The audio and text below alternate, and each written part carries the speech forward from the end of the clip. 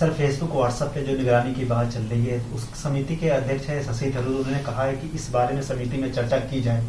देखिए, wall street journal के उस आर्टिकल के बाद, उस आलेख के बाद कहीं कोई शक और शुबा नहीं रहा है कि चल क्या रहा था। और एक इस प्लेटफॉर्म से जो उम्मीद थी, इस प्लेटफॉर्म के कार्यशैली में एक ऐसा नजरिया सामने आया है जो लेवल प्लेइंग फील्ड नहीं है। हमारे मुल्क ने बहुत कुछ झेला है बीते कुछ वर्षों में, और उसमें इस तरह के प्लेटफॉर्म से जो उम्मीद थी वो उस उम्मीद पे खरी नहीं उतरी है। जाहिर तौर पर शशि थरूर जी का जो कहना है कि अकाउंटेबिलिटी कहीं तो जाकर के तय होगी, उस दृष्टिकोण से मैं समझता हूं कि ये उस बयान को देखा जाना चाहिए। सर, फेसबुक के प्रवक्ता ने आज कह दिया कि हम इस तरह के कंटेंट का ऑडिट करते रहते हैं और कर रहे हैं, इस तरह की कोई कंटेंट की बात नहीं है। देखिए, मैं एक बात स्पष्ट आपके माध्यम से कहना चाहूंगा कि उनकी ये बात कि हम समय समय पर ऑडिट करते रहते हैं, ये गले नहीं उतरती है। क्या ऑडिट कुछ की होती है, बाकियों की नहीं होती है, या आपके ऑडिटिंग का सिस्टम क्या है? क्या आपकी ऑडिट एक आंख बंद करके होती है, इस तरफ नहीं देखना है, दाएं नहीं देखना है, बाएं देखना है, वगैरह वगैरह कई तरह की चीजें हो सकती हैं। और मैं समझता हूं कि फेसबुक जैसी जो प्लेटफॉर्म है, उनकी क्रेडिबिलिटी पर भी बहुत बड़ा प्रश्न चिन्ह उठ खड़ा हुआ है। अगर उन्हें अपनी विश्वसनीयता के सूचकांक को बेहतर करना है, बढ़ाना है, तो उन्हें अपने तौर तरीके, कार्यशैली बदलनी होगी।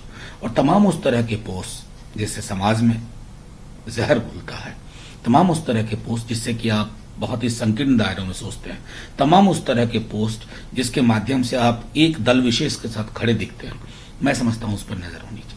सर, फेसबुक के पॉलिसी हेड अखी दास है। सर, कर्नाटक सरकार ने डिसाइड किया है कि जो दंगों में नुकसान हुआ है, दंगाइयों से ही आकलन करके वसूला जाए। देखिए, मैं समझता हूं कि ये बीते चंद महीनों में ये उत्तर प्रदेश का मॉडल है। पहले तो आप निष्पक्ष जांच करिए, जांच में हर एक परत को उघार करके रखिए। और ये अगर ये नया मॉडस ऑपरेंडाई हो गया है, मुझे तो दुख है इस बात को कहने में कि इस मुल्क में कई दफा जब प्रोटेस्ट हुआ करता था, सार्वजनिक संपत्तियों को भी क्षति पहुंचती थी। मुझे नहीं लगता है ये कब से तय हो गया कि इस प्रकार से, और वो भी विद्वेषपूर्ण तरीके से जुर्माना किया जाए, वसूला जाए।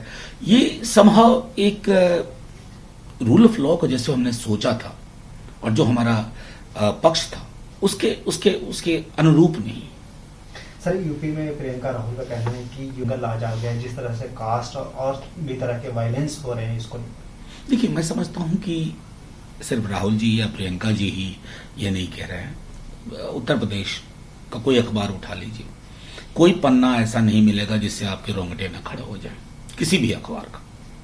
कोई जिला ऐसा नहीं मिलेगा जहां से इस तरह की वारदात की खबर ना।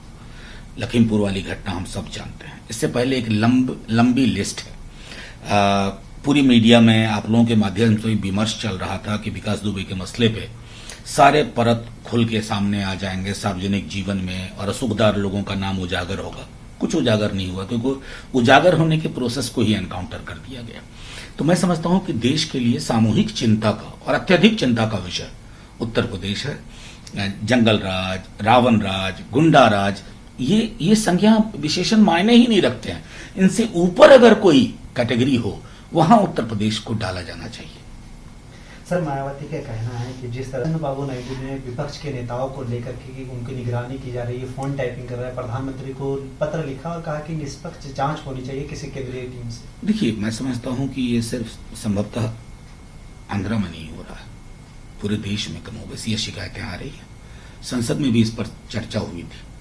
और एक स्वस्थ लोकतंत्र में मैं समझता हूं अगर इस प्रकार की सर्वेलेंस, तो ये ऑर्वेलियन स्टेट का जो एक नजरिया है ना, वो ऑर्वेलियन स्टेट हमें कई कदमों पर, कई जगहों पर दिख रहा है। मैं समझता हूं कि इस तरह की कोई भी चीज अगर हो रही है, उस पर विराम हो, क्योंकि फोन टैपिंग का अपना एक प्रोटोकॉल है, एक उसका मानक है। और उस मानक के विलग अगर आप किसी ह्यूमन राइट एक्टिविस्ट को, किसी पॉलिटिकल वर्कर को, पॉलिटिकल एक्टिविस्ट का फोन टैप करते हैं, तो जाहिर तौर पर ये हमारा लोकतंत्र नहीं है।